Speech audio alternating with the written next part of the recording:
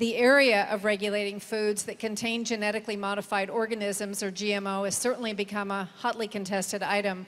Realistically, what role do you see the federal government likely to play in labeling or regulation of GMOs? In 1 minute only, please, Ms. Hanabusa.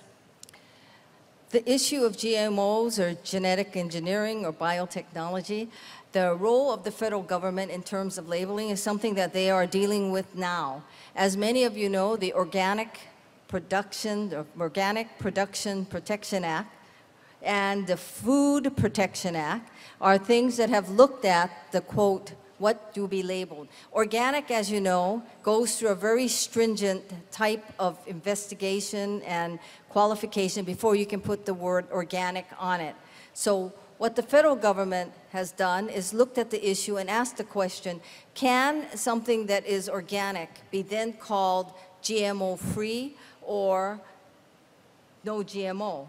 And the answer to that has been that until they understand better as to what percentage is in the environment, they have not made that decision. But that is the role that the federal government is playing and will continue to play in this discussion.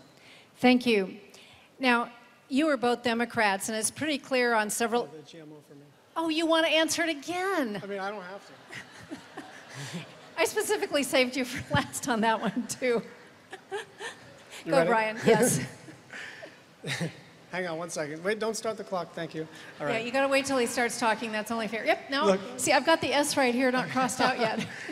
Well, look, nothing is more personal than what you put on the table and what you put, not just in your own body, but especially in your children's body. And I know that people feel very, very passionately about this, not just on Hawaii Island, but on Kauai, on Maui, across the state of Hawaii. And my view is very simple.